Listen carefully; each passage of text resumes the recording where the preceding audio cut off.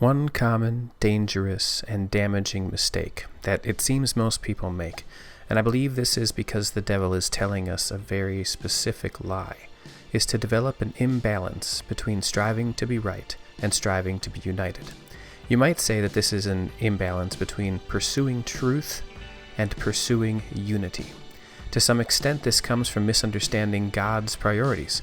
If you think that what matters most to God is being right, then you're going to compromise anything else in the pursuit of total truth. But let's think about this for a moment. If what God wanted was righteousness, why would he create a universe that had the capacity for wrongness? If his whole goal was for things to be perfect, he'd have made a perfect universe and not put a single thing into that which could change its perfection. As it happens, that's not the universe we know.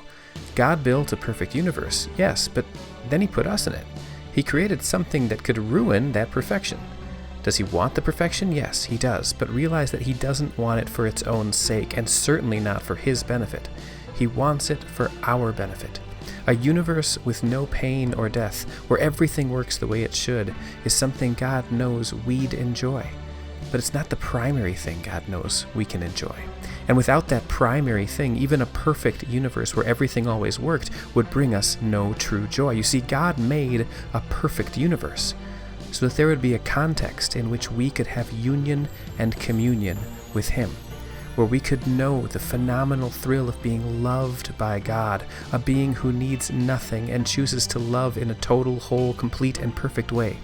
That kind of love, which we call grace, is better than the best because it is a totally undeserved surprise. You see, the pursuit of what is right, the pursuit of truth, is good, but it serves a purpose. It serves the purpose of pursuing loving unity. In fact, the illustration that we started with of a balance of truth and love might be a little bit misleading because it makes the two seem totally equal in every way.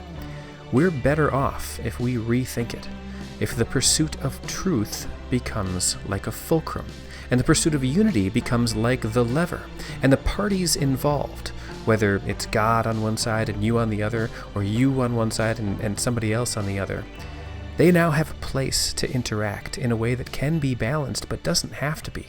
Because if one party is more invested or better at it, then they simply have a greater opportunity to lift the other up.